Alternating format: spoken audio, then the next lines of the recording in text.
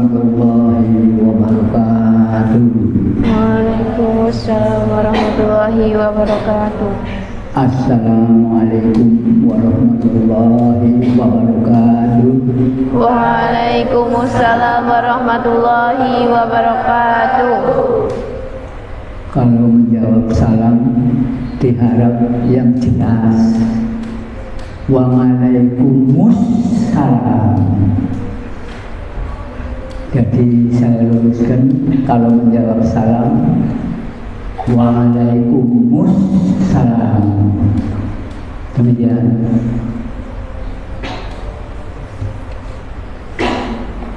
Innal hamdalillah wa syukurillah asyhadu an la ilaha illallah wa asyhadu anna Muhammadan abduhu wa rasuluh wassalatu wassalamu ala rasulillah. Hadirin hadirat para jamaah dalam acara ngabuburit, dalam acara ini para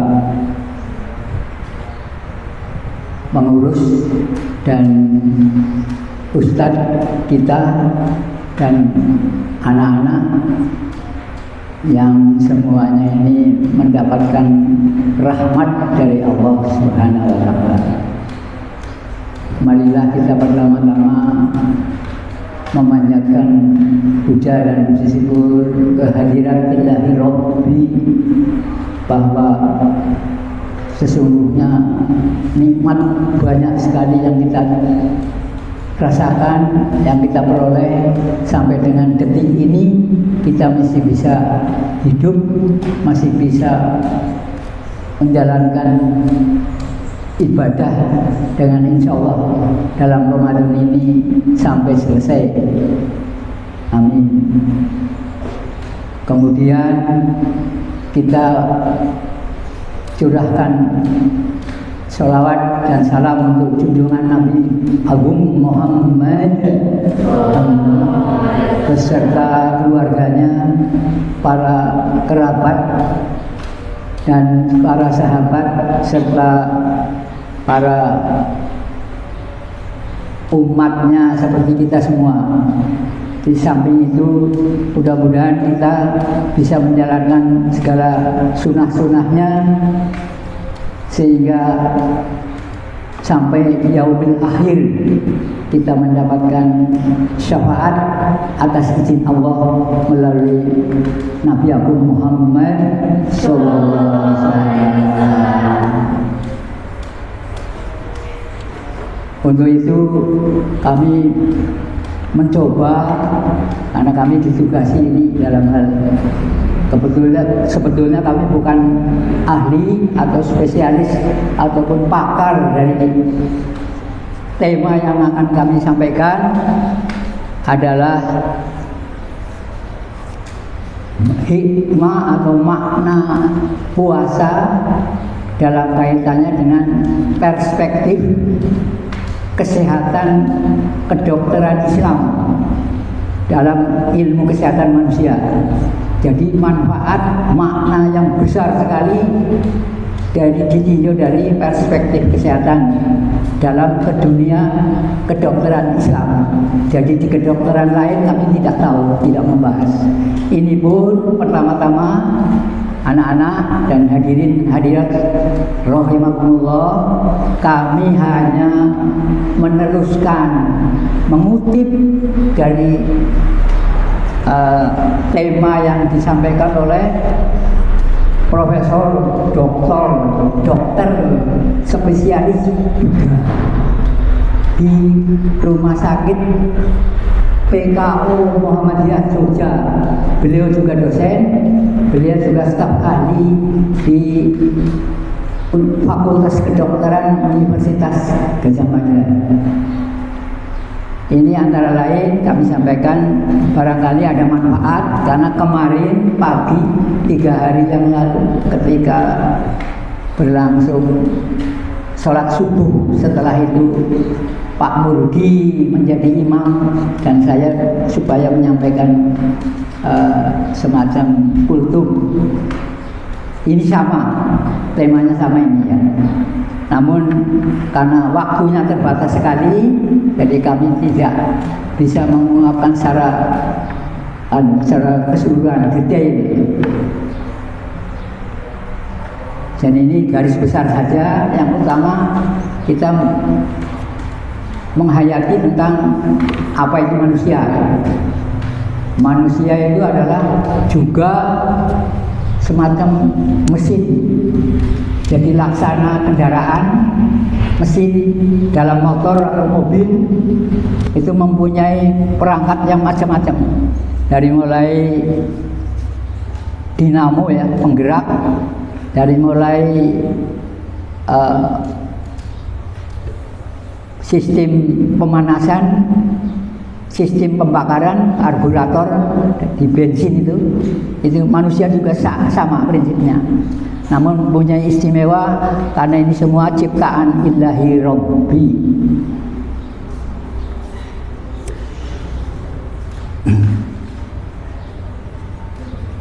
Tadi didahului dengan hikmah hidup, hikmah dan hidup dan kehidupan. Saya pernah ulang kali menanyakan kepada forum anak-anak ini bahwa kita harus kedekatan kepada orang tua ya. Terutama siapa? Anak-anak, orang tua kita yang paling dekat sekali, paling kita utamakan sekali. Itu siapa? Coba anak-anak minta ada semacam dialog sedikit. Ini memancing. Kita jangan ya. Kalau hal-hal sesuatu yang kita belum pernah dapat, katakanlah nasihat, ilmu ataupun prospektus yang dari orang lain kita anggap baik dan mulia. Anak-anak tahu belum? Seperti yang saya tanyakan tadi, saya sudah sering kali menyampaikan, siapa yang paling kedekatan dengan saya, dengan anak-anak kepada orang tua? Coba minta dijawab salah satu. Tolong dijawab. Ini yang santri-santriwati putri ini gimana? Yang paling dekat siapa? Anak terhadap ibu. Alhamdulillah, ibu. Jadi ada di suatu risalah hadis, Rasulullah pernah ditanya sama sahabatnya, seorang yang datang, ya Rasulullah, sebetulnya siapa yang paling kita hormati sekali dalam ukhuwah kekerabatan kekeluargaan? Ya Rasulullah, siapa itu yang paling dekat? Rasulullah sampai berulang kali ditanya, menjawabnya itu sampai 3 kali. Umi itu. Jadi ibu yang paling dekat. Jadi kalau anak-anak kalau dipanggil ibu ataupun bapak ataupun kebetulan bareng, siapa yang didulukan? Itu umi atau ibu. Ya. Ini besar sekali anunya, besar sekali. Kenapa ibu? Seorang ibu itu dari mulai hamil, nah besok ini insya Allah anak-anak ini kalau sudah jadi ibu akan hamil ya. Subhanallah, dengan ridha Allah, dengan izin Allah setelah nikah. Dan nikah itu yang sakral sekali ya. Jadi nikah itu sakral sekali. Pernah saya sampaikan anak-anak, coba dicatat ya, coba dicatat. Dalam hidup ini manusia itu ada 3 statement, pernyataan dari Allah. Dan ini diatur oleh manusia, oleh Allah, ditugaskan ke manusia. Manusia itu supaya mengatur segala perencanaan, segala rincian, sampai dengan soal biaya, sampai dengan aktivitas sampai dengan eksekusi. Eksekusi tahu nggak anak-anak? Eksekusi ya. Jadi diatur dengan 3. Tulis itu, dan itu diatur oleh manusia di dunia ini. 1 tentang kelahiran, itu mulai diatur, dicatat dengan undang-undang, dengan akidah, dengan ilmu agama yang di Indonesia ini sudah diatur melalui dulu namanya Departemen Agama, sekarang namanya Kementerian Agama.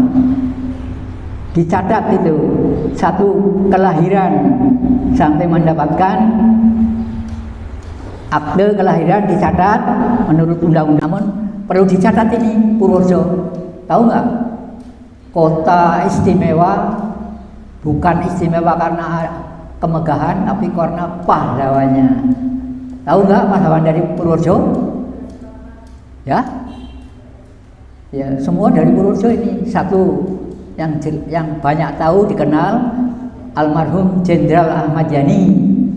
Itu adalah pahlawan revolusioner yang mengangkat Indonesia ke forum Indonesia berubah. Ya. 2, Marskal Urip Sumoharjo, patungnya di sana nih. Patungnya di Mboro sana. Lihat Urip Sumoharjo. Itu terdengar kabar, terdengar tersiar, apakah itu ada kaitannya beliau penduduk asli Banyu Urip. Sehingga apakah benar apa enggak ini kami belum tahu jelas. Ini historis, ini sejarah. Jadi Marskal Banyu Urip Sumoharjo dari Banyu Urip. Ini saya dengar-dengar katanya.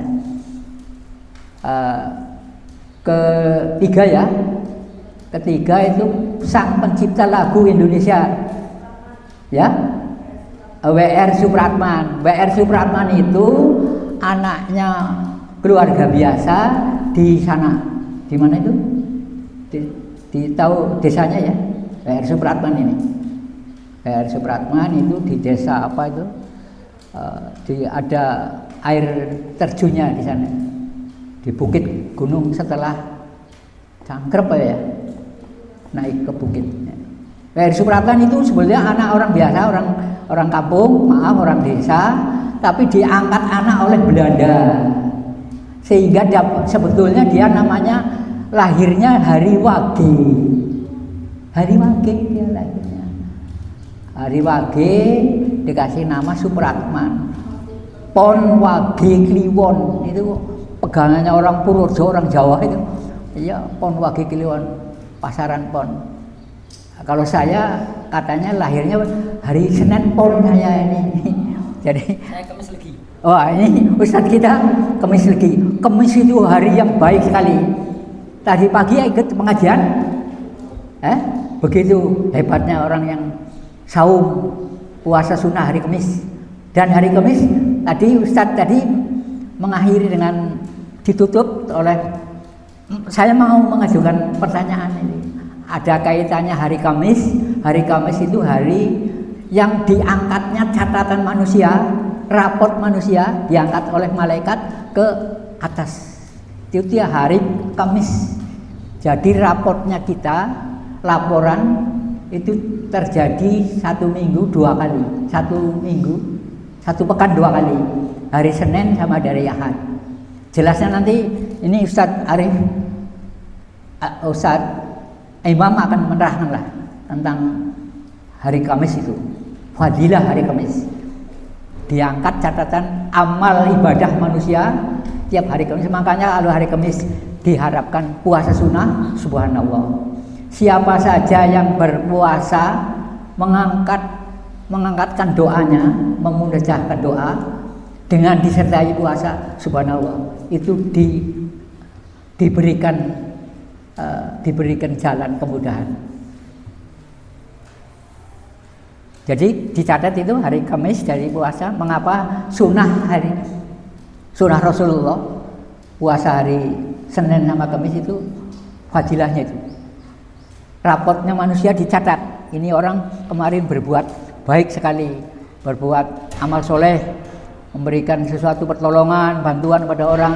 Ini orang kemarin keserempet sepeda motor, dimaki-maki, orang itu ditunjuk-tunjuk, dimarahi. Nah, ini akan dicatat itu. Nah, ini semua catatannya tiap pekan itu diangkat ke atas 2 kali hari Senin. Pertanyaan tadi belum diterangkan oleh Al Ustadz tadi pagi, Dr. Hermawan. Beliau itu dosen dari Universitas Muhammadiyah Purworejo. Jadi dicatat.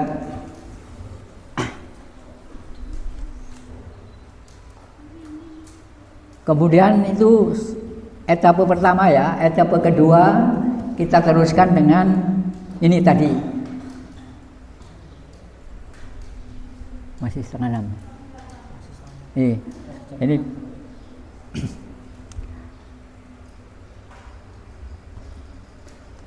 sudah itu yang etape pertama dicatat semua ya, Mas, Mbak, ya. Itu ingat itu 3 catatan tadi penting. Tidak bermaksud, itu paling penting. Jangan merasa dirinya ilmunya lebih tinggi, lebih pinter. Jangan merasa, oh aku lebih dulu kok di sini, lu kan kemarin. Nah, itu jangan ya. Merasa lebih mampu. Bahasa Jakartanya itu, gue punya rumah kok, lu kan di sini ngontrak, nggak boleh. Lu kan di sini ngontrak, gue punya rumah sampai 3 sampai 4. Nah, itu. Gue kuliah dulu kok, lu kan cuma SD, nggak boleh. Ya. Ini perlu dicatat, perlu diketahui ya. Ini sejarah nih. Ini ada Bu Saiman ini. Bu Saiman. Saya ketika ditugasin survei, ketika mau bersama beliau, Imam besar Pak Ustadz Haji Widodo ya. Saya ditugasi dengan beliau bersama-sama ketika ini mau bangun panti asuhan ini. Panti asuhan ini masih tanah rawa-rawa, masih kayak kebun, kayak hutan, banjir. Saya ditugasin berlima ya, termasuk almarhum Eyang Ibnu Sukarso itu di Trasuma sana. Itu juga beliau juga tim pendiri ini. Ibu Hajah Bingurni Lestari. Itu fotonya di ruang sana ya. Ada yang lihat? Yang putih itu, yang putih. Yang kedua Pak Suparto, yang ketiga Pak Pak Sodri. Pak Sodri itu donatur terbesar, ngasih uang gedung itu 200 juta itu pada waktu itu. Nah, ini dari Pak almarhum Pak Suparto, berikut tanah masjid ini. Ketika ini mau mulai dibangun, saya mulai membuat konsep perencanaan. Saya harus survei ke Kebumen, ke tempat siapa? Ke pondok pesantren Nusroh Al-Nusroh apa Pak? Pondok pesantrennya di mana Pak Saiman itu di sana. Pak Saiman itu membantu mengasuh di pondok pesantren Al-Saimah itu. As-Saimah. Pak Saiman masih belum nikah, masih kalau nggak salah masih setingkat SMP. Pak Saiman belum berkeluarga. Pak Saiman beliau bagian logistik di sana membantu. Saya survei ke sana, tanya ke Pak Saiman. Atasannya Pak Saiman itu Pak Ustadz Muslih, Haji Muslih, yang sekarang beliau terakhir menjabat di tim pimpinan rohani Rumah Sakit PKO Sruweng di Gombong, Pak Muslih itu. Jadi Pak Muslih, Pak Haris, Pak Saiman yang saya kenal 3 itu. Pak Saiman yang paling muda. Saya survei ke sana. Baru mulai pulang dari sana, kita bentuk tim rapat bersama Pak Widodo, bersama Pak almarhum Pak Askar, bersama Ibu Frin, Ibu Widodo, ya, Ibu Frin, Ibu Widodo, Ibu Sihabudin, Ibu Erna, ya, bersama kami membentuk tim. Direncanakan ini, didesain, dibangun, mulai dibangun. selesai. Nah itulah kira-kira anak-anak ini harus tahu sejarah ya.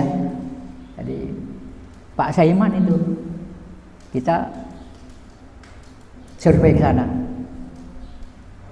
Itu sejarahnya. Mana yang perlu yang dibangun dulu? Yang dibangun dulu dengerin ya. Yang dibangun dulu adalah masjid. Kami juga mengikuti konsepnya Rasulullah. Datang pertama yang dibangun dulu masjid, maka masjid Husnul Hitimah dibangun dulu. Insya subhanallah 1,5 tahun jadi. Ini kebetulan pada waktu itu belum sampai finishing, saya mendapat kemurahan dari Allah diberangkatkan ke ibadah haji di tahun 2002, 2003 saya berangkat ke ibadah haji. Ini masih dalam rangka finishing masjid ini. Gedung Sodri juga mau jadi ini. Nah itu gedung Sodri dijinggelengin terus, diawasi terus oleh Bapak Widodo itu. Pak Widodo itu pelaksana gedung sana. Kalau masjid ini kebetulan saya yang ditugasin, khususon masjid sama gedung. Asrama itu bareng-bareng. Kalau asrama termasuk Pak Askar, asrama putri itu donatur sumbangan dari keluarga besar Pak Khozin. Pak Khozin keluarga besar. Putranya Pak Khozin itu diantaranya Pak Budi Hartoyo, terus Bu Erna, istrinya Pak Sihab, itu adiknya Pak ini. Donatur sini yang membangun asrama putri. Yang asrama putra itu Pak Hita, adiknya Bu Erna. Pak Hita itu ya. Nah, itu tim bersama-sama membangun bareng, subhanallah. Tidak ada direncanakan sendiri, dibangun sendiri, alhamdulillah jadi. Sampai sekarang ditempati kalian ini, merasakan enaknya. Ya ada sedikit yang bocor mungkin. Yang bocor ada, itu mungkin segera diperbaiki ya. Ada perbaikan-perbaikan. Sekelumit itu ya. Bismillah, sekelumit itu. Maka kita akhiri dengan etapa pertama ini. Etapa kedua adalah mengenai tadi yang diprogramkan, yang diacarakan oleh pembawa acara apa? Judulnya, Mbak?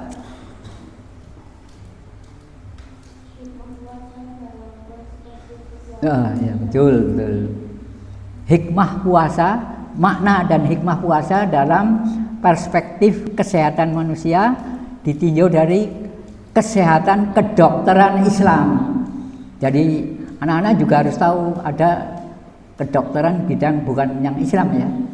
Jadi kalau misalnya kalau Islam sudah harus terurus dengan prosedur, dengan tata urutan menurut syariat, dari mulai dimandikan, dari mulai dikafanin, disolatin ya, sampai diberangkatkan, dikebumikan, itu semua pakai syariat hukum-hukum Islam. Kalau kedokteran yang lain nggak tahu ya. Begitu. Ini hikmah tadi kita berkait dengan kesehatan manusia dalam kaitannya perspektif kesehatan kedokteran Islam. 1. A'udzubillahi minasyaitonirrajim. Inna dina indallahi Islam. Inna dina indallahi Islam. Itu dalam Quran ayat Ali Imran ayat 19 ya Ustaz.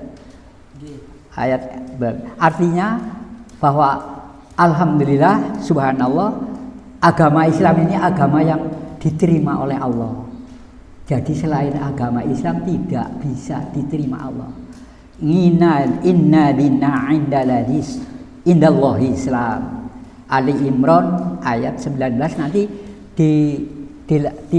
dilasak ya, diikuti pas dibaca nanti kembali Ali Imran 19. Jadi makna terjemahannya Ali Imran inna dina indalasin. Coba dibacakan dari mulai pembuka ayatnya.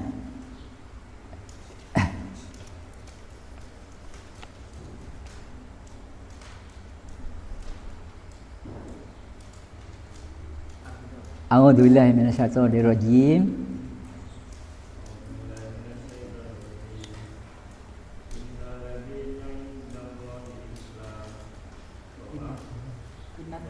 Inna dina indal Islam, sudah satu ayat saja.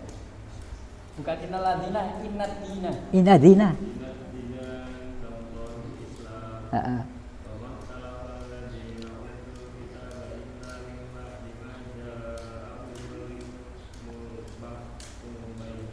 Ya udah.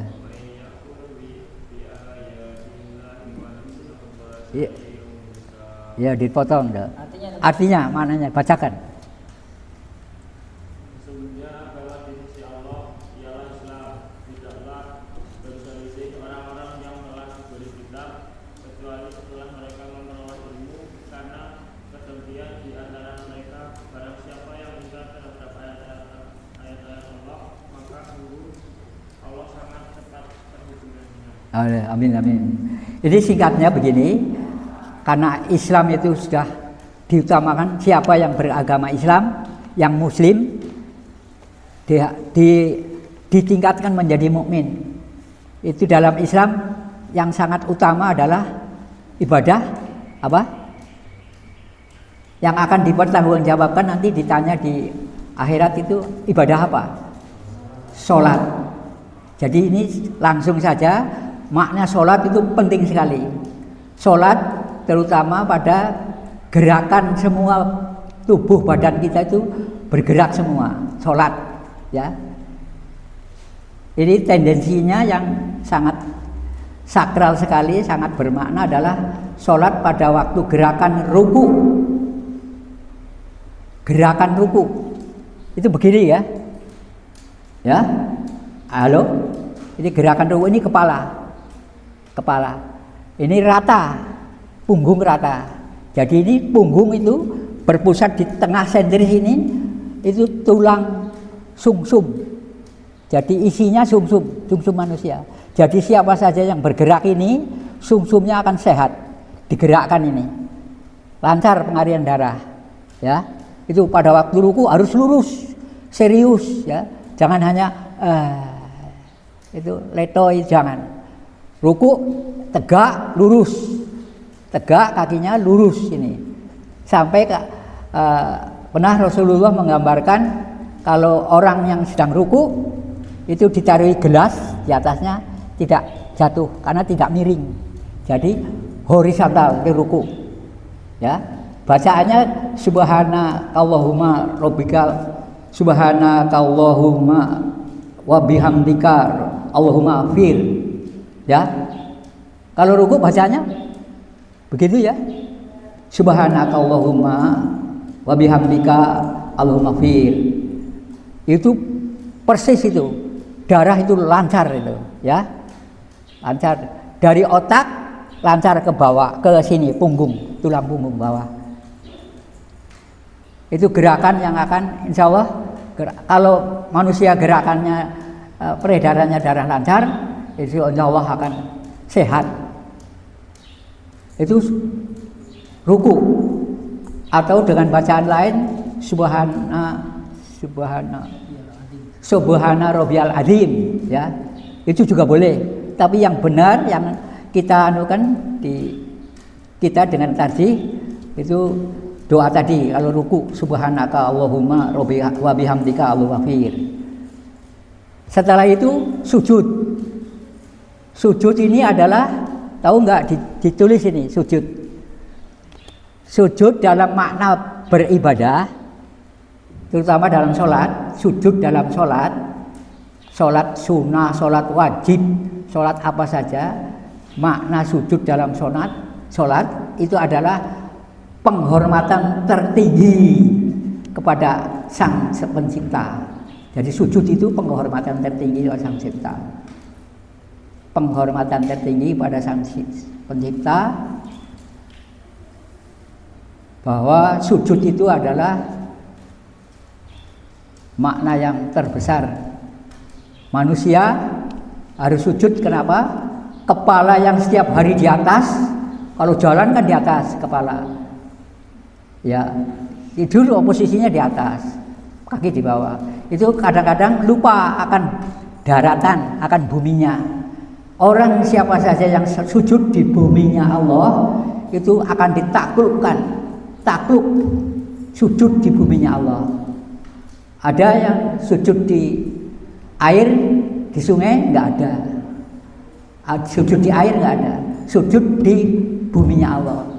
Walaupun dia misalnya sholat di kapal api, sholat di pesawat, itu tetap maknanya sujud di buminya Allah. Ya? Oke. Jadi ini demikian. Itu yang terpenting pada waktu sujud. Halo, ini terakhir. Pada waktu sujud, kepala yang isinya otak kita itu dikalahkan oleh pikiran. Jadi letaknya sujud, jantung, hati sama paru itu di atas semua. Jadi otak manusia ini dikalahkan karena aliran darah dari jantung di atas, itu otak dikalahkan. Ini mengalir. Ini pun lancar darahnya dengan membaca tadi Subhanakallahumma rabbika wa bihamdika Allahumma. Itu darahnya mengalir. Kenapa ini? Orang yang banyak sujud sehat insyaallah, tidak mudah terkena stroke. Itu. Dan yang terakhir sekali dicatat, tidak orang yang sering banyak sujud lama di sholat sunnah pun itu akan tidak terserang mudah penyakit stroke. Itu catatan. Yang terakhir ini sekali tentang saum puasa. Orang setahun sekali berpuasa sebulan sekali 30 hari untuk menguras isi perut, lepas dari racun, ya, mengeluarkan racun toksin tubuh. Itu hanya ada di agama Islam. Itulah mulianya Islam. Kita sebagai umat Rasulullah, umat yang dimuliakan Allah. Subhanallah, nasrun minallahi wa fatun qarib. Sekali lagi saya ini hanya mengutip paparan ceramah kesehatan dari Profesor Dr. Sobirin. Jadi beliau dosen, guru besar ya, dari Fakultas Kedokteran Universitas Muhammadiyah. Beliau juga berdinas di ahli staf dokter, ahli bedah. Dan puasa itu ternyata mendapat predikat yang luar biasa. Jadi itu namanya dalam istilah kesehatan bedah tanpa operasi, namanya autopedi, bedah tanpa operasi. Di agama lain tidak ada. Nasrun minallahi wa fatun qarib. Wassalamualaikum warahmatullahi wabarakatuh.